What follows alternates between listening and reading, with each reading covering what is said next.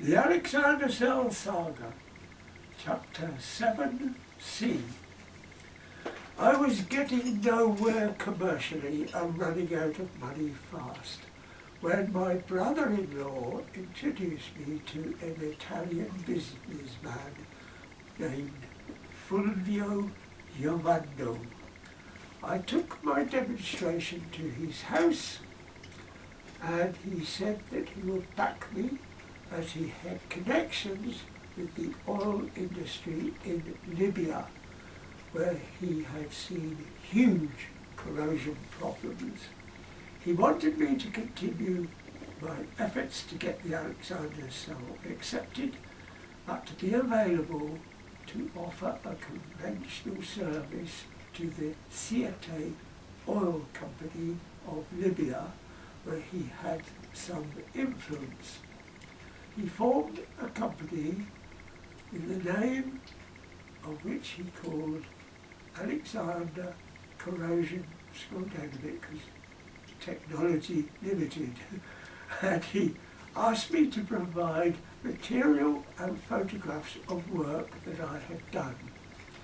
He got some friends to produce a pamphlet and a folder to advertise the service we could offer, and set about arranging a trip to Libya. In Libya, I spent 2 months at Marshal El Briga,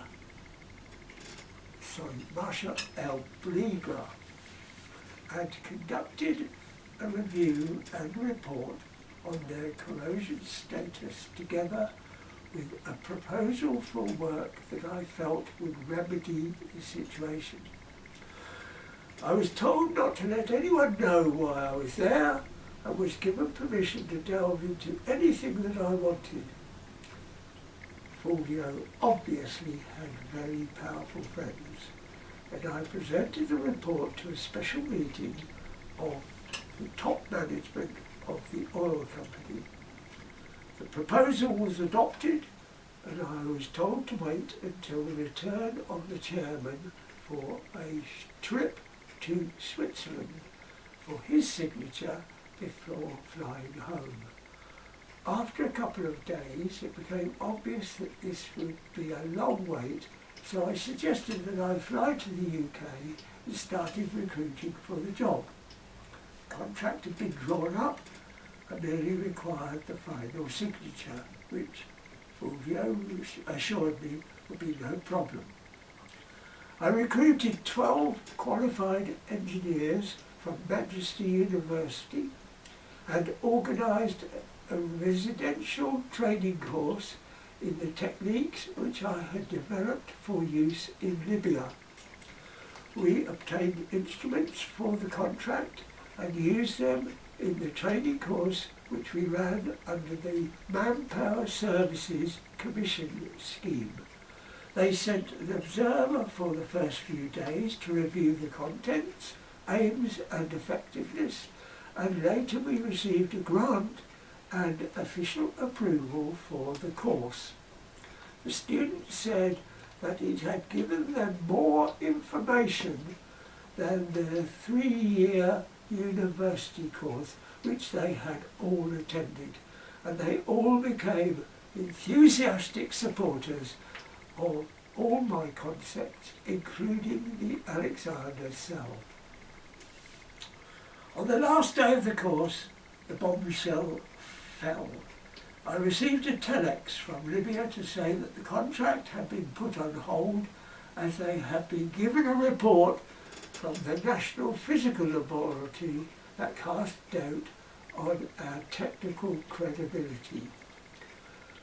We took the whole team on a pilot survey for Severn Trent Water Authority, who had cathodic protection problem in the Leicester area.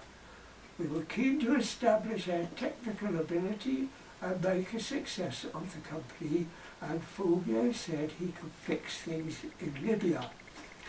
I found out that Global CP had a friend in high places who was opposing Fulvio's efforts to get work. and they had told Saga Oil Company management that I was only an ex-technician when Global, Fulvio's political friend, was fighting an internal power struggle at the time, and the contract is still on hold nearly 10 years later. I think, no, 20 years later.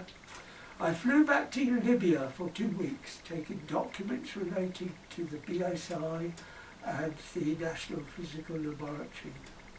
The local corrosion control staff and local management were still in favour of our contract, as I had held a 1-week corrosion course there to prove my work.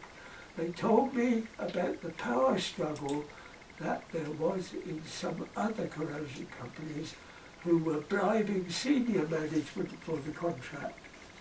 This disappointed me, as I thought that Fulvio was taking care of all that side of things. He was obviously not bribing the right people or paying as much as their rivals. After a few months of negotiations, Fulvio told me we had failed and he could no longer support the venture, which landed me right in... I had no money, no connections, and had upset most of the people who had any clout in the industry.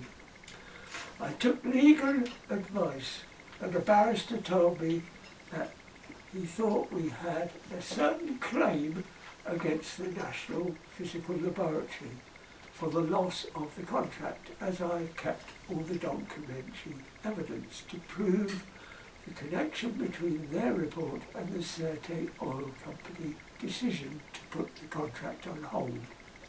However, in order to qualify for free legal aid, I would have to be out of work.